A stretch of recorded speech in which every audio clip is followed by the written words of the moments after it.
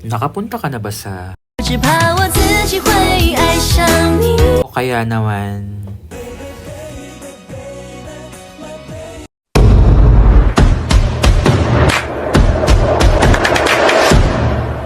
What's up everyone? This is again David Lee and welcome to my YouTube channel. And today's video, I'm gonna bring you to Taiwan. And since I am an OFW here in Kuala Lumpur, Malaysia, so I'll be coming from Kuala Lumpur International Airport. So our flight duration is 4 hours and 55 minutes. So most likely 5 hours din siya. So nagpunta kami ng Taipei Zoo because I love panda. So, ito yung sa zoo, nag-McDo lang kami for breakfast. And then sa gabi, we went to Taipei 101 and this is Ximending Street. Ximending Street, I like the food here and the vibe and this is a very busy street. So, I like it. Kinabukasan naman, nagpunta kami ng Chiang Kai-shek. Chiang Kai-shek is one of the most popular temple here in Taipei. So, lakad-lakad, of course, picture-picture. Minsan maraming tao, minsan wala. Then, kinagabihan, nagpunta kami sa night market.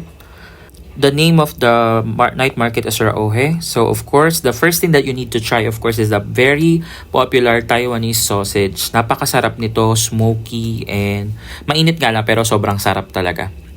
And of course, soya and yung milk tea.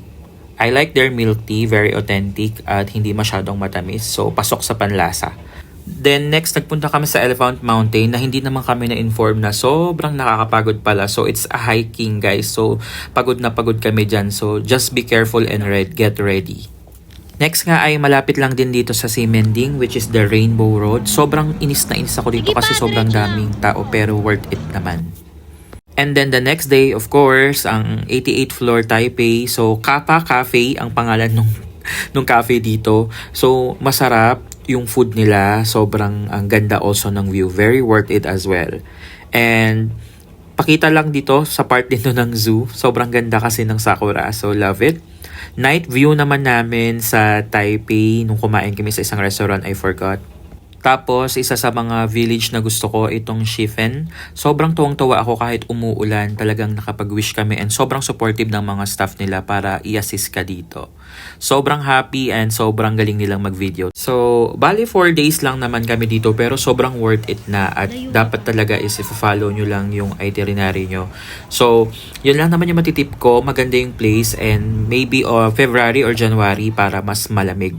So, ang sarap din ng mga noodles nila dito sa street. So, ano pang hinihintay nyo? Mag-Taiwan na rin kayo. So, yun lang po. Sana nagustuhan nyo po ang aking journey dito sa Taiwan. And if you like it, please subscribe for more videos, like, and share. Thank you and God bless.